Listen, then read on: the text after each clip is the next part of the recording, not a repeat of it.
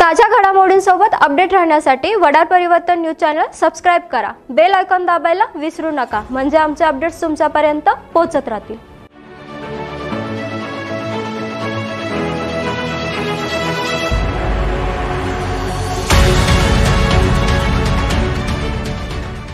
नमस्कार, वडार परिवर्तन न्यूज मध्ये आपले स्वागत आहे। मी प्रणाली। चला तर मग पाहूयात आजच्या काही ठळक घडामोडी। नांदेड परभणी येथील आंदोलनकर्त्या तरुणाचा पोलीस अत्याचारामुळे मृत्यू झाला असून या प्रकरणाची सीबीआय द्वारे चौकशी करावी अशी मागणी सकल वडार समाजाकडून करण्यात आली आहे। याबाबत वडार समाजाचे नेते डॉक्टर श्रावण रापणवाड यांच्या नेतृत्वाखाली जिल्हाधिकाऱ्यांमार्फत मुख्यमंत्र्यांना निवेदन देण्यात आले आहे। निवेदनानुसार कायद्याचा अभ्यास करणारा वडार समाजातील विद्यार्थी मयत सोमनाथ व्यंकट सूर्यवंशी याचा दंगलीत कुठलाच सहभाग नव्हता, मात्र तरी या युवकाला पोलिसांनी ताब्यात घेत बेदम मारहाण करून त्यांची हत्या केली आहे। सोमनाथ सूर्यवंशी याला ताब्यात घेण्यापासून ते तुरुंगात पाठविण्यापर्यंतचे सर्व कागदपत्रे ही सीबीआय कडून तपासणी झाली पाहिजे। तसेच मयत सोमनाथच्या कुटुंबियांना 50 लाख रुपयांची आर्थिक मदत आणि कुटुंबातील व्यक्ती शासनात नोकरी द्यावी। सीबीआय चौकशी करून दोषी पोलीस अधिकारी अशोक घोरबाड यासह इतर संबंधित पोलिसांवर मनुष्यवधाचा गुन्हा दाखल करण्याची मागणी निवेदनात केली आहे। निवेदनावर डॉक्टर श्रावण रापणवाड, माजी नगरसेवक केशव मुद्देवाड, बापूराव धोत्रे आदींच्या स्वाक्षऱ्या आहेत।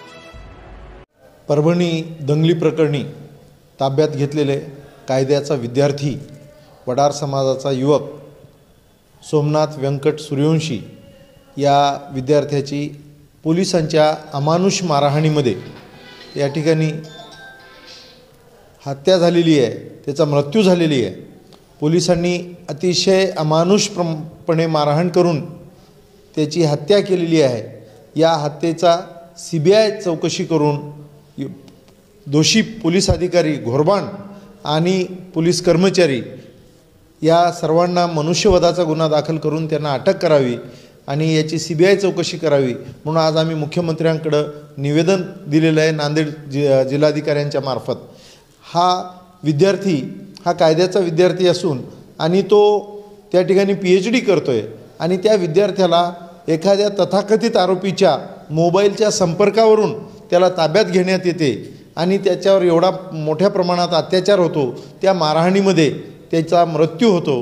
हे म्हणजे कुठेतरी निजामशाहीला आल्यासारखे, या ठिकाणी हुकुमशाही आल्यासारखे वागणूक हे पोलीस करीत आहेत। म्हणून वडार समाजाने या घटनेचा तीव्र निषेध करून सीबीआयची चौकशी झाली पाहिजे अशी मागणी केलेली आहे आणि येत्या काळामध्ये संविधान रक्षणासाठी वडार समाज हा पूर्ण ताकदीनिशी प्रत्येक आंदोलनामध्ये उतरेल आणि या संविधान युद्धामध्ये संविधान संरक्षणार्थ आम्ही रस्त्यावर उतरून अगदी निकराची लढाई द्यायला आम्ही तयार आहोत।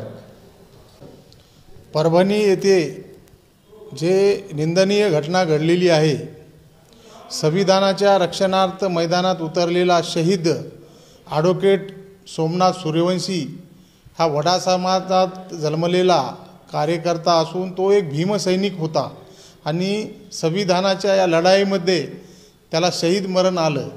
त्याच्यावर जो पोलिसांनी बेसुमार लाठीमार केला, त्याच्यावर अत्याचार केले, त्या अत्याचारातूनच त्याचा मृत्यू झालेला आहे। आणि आम्ही सर्व भारतातील हे जे आज लोकशाही जगत आहे त्या संविधानामुळे जगत आहेत। आमची लढाई संविधानामुळे आहे। यापुढेही आम्ही संविधानासाठी शेवटीपर्यंत किती जरी असे वडार समाजातील आमचे तरुण बळी गेले तरी आम्ही संविधान वाचवण्यासाठी तत्पर राहू। आणि यापुढे जर आमच्या ॲडव्होकेट सोमनाथ सूर्यवंशी यांना न्याय नाही मिळाला तर महाराष्ट्रभर आम्ही वडार समाज गप्प बसणार नाही, आंदोलन पेटू।